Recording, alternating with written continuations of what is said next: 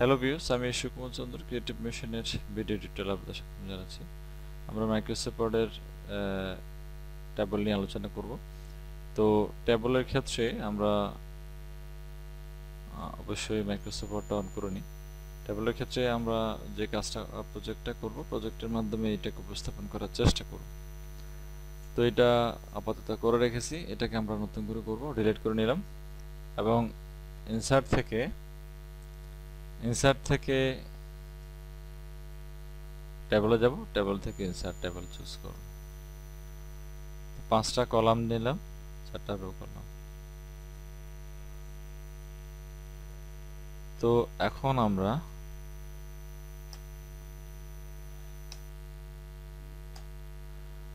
আমরা ট্যাবল নেওয়ার পরে ট্যাবলটাকে আমরা বড় করে দিলাম।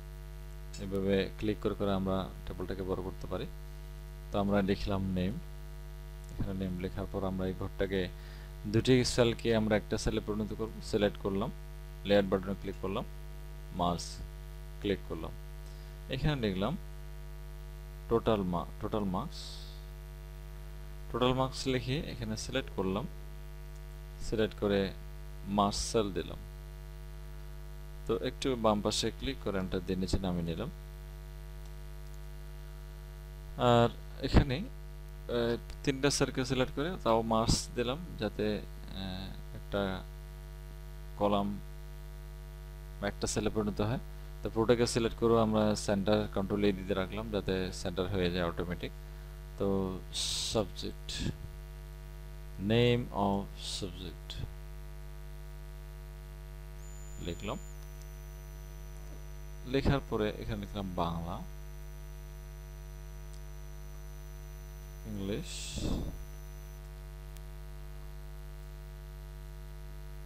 ম্যাথ, তানভীর,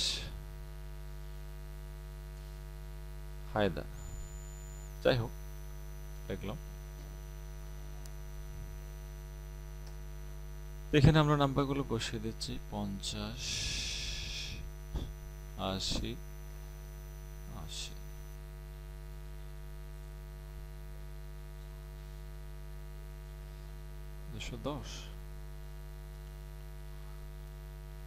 আচ্ছা, এখানে দিলাম 70, 80, 75। তো আমরা এখানে থেকে যোগফলটা দিয়ে দিলাম, কত হয়।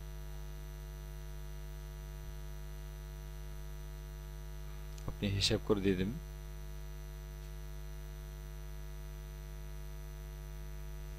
ঠিক আছে, তাহলে এইভাবে আমরা একটা টেবিল তৈরি করতে পারি। কিন্তু এখানে আরো কিছু কাজ যেগুলো রয়েছে, যেমন এই সেলটাকে আমি দুইটা সেলকে একটা সেল করলাম, এই সেলটাকে আর কয়েকটা সেলে স্প্লিট করব বা বাড়াবো। তাহলে এই লেআউট ট্যাবে গিয়ে স্প্লিট সেলেক্ট বাটনে ক্লিক করবেন।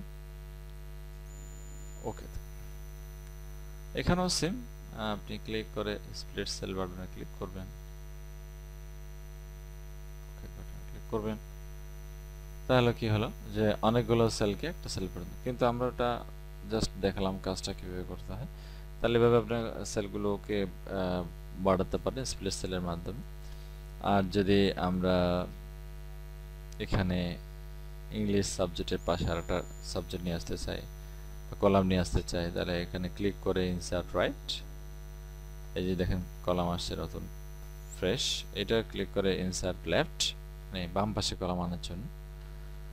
তো এভাবে করা যায়। বা যদি আমি রো আনতে চাই, 80-এর উপরে একটা রো আসবে, ইনসার্ট অ্যাবাভ আসছে কিনা দেখেন, ইনসার্ট ভ্যালু। এভাবে আমরা রোগুলোকে ইনসার্ট করতে পারি। আর যে রোটা ডিলিট করতে চাই সে রোতে ক্লিক করে ডিলিট বাটনে গিয়ে রো দেব, ডিলিট রো অথবা ডিলিট কলাম। কলাম ডিলিট করতে চাইলে ট্যাবলও ডিলিট করা যায়, সেলও ডিলিট করা যায়। তো আশা করছি এটা পারবে। তবে আরেকটা জিনিস দেখেন, এখানে যখন লিখবো আমরা, তখন লিখতে গিয়ে যদি দেখা যায় কি সেলটা অতিক্রম করে বাকি সেলগুলো ছোট হয়ে যাচ্ছে, সেক্ষেত্রে আপনি কি করবেন, এটাকে এখানে ক্লিক করে এভাবে ক্লিক করে অটো ফিটে গিয়ে কি করবেন, ফিক্সড কলাম উইডথটা অ্যাপ্লাই করবেন। তাহলে কি হবে যে বাকি সেলগুলোতে এই সেলটা বড় হবে না বা যাবে না, নিচে নিচে লেখাগুলো আসবে। আর যদি সেলটাকে বড় করতে হয়, মাউসের পয়েন্টারটা এই যে কালো দাগে এখানে নিয়ে যাবেন পার্টিশনে, দেন আপনি সেটাকে বড় করতে পারেন টান দিয়ে, মাউস দিয়ে টান দিয়ে করতে পারেন।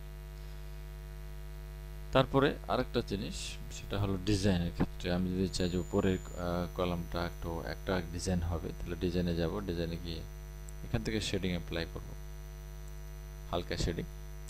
আর যদি রেডিমেড কোনো ডিজাইন ইউজ করতে চাই, এখানে দেখেন টেবল স্টাইল আছে, এখান থেকে আপনি রেডিমেড ডিজাইন ইউজ করতে পারেন। ঠিক আছে, ওকে। এখন আরেকটা জিনিস যেটা গুরুত্বপূর্ণ, মাঝে মাঝে প্রয়োজন হয়, কিছু কিছু টেবল ক্রিয়েট করার আগে প্রথমে আমার প্ল্যান যেরকম করা উচিত ছিল সে ভুল হয়ে গেলে, কিছু কলাম আসেনি বা কলাম নতুন লাগবে, তাহলে আপনি এখানে ক্লিক করে এই যে পেন্সিল টুলের মাধ্যমে, পেন্সিল টুলস বলতে পারেন, বাটন বলতে পারেন, বাটনের মাধ্যমে ক্লিক করে আপনি এটা ড্র করে দিতে পারেন, টান দিলে হয়ে যাবে। কিন্তু পেন্সিলটা মুক্ত করতে চাইলে আবার এটার উপর ক্লিক করতে হবে। আর যদি ইরেজার লাগে, ইরেজার এখানে আছে, ইরেজ করতে পারেন। তার জন্য কি সাবধানে করতে হবে, কারণ এই কাজটা আগে থেকে প্ল্যান করা না করলে ড্র টেবল ইরেজার দিয়ে উল্টা পাল্টা, মানে আমি যেটা করেছি সেটা ধ্বংস হয়ে যাওয়ার সম্ভাবনা আছে। তো সুতরাং আপাতত এতটুকুই থাক। আশা করছি এটা আপনাদের কাজে আসবে, আপনারা ভালো করে প্র্যাকটিস করবেন, বারবার ভিডিওটা দেখবেন। ধন্যবাদ।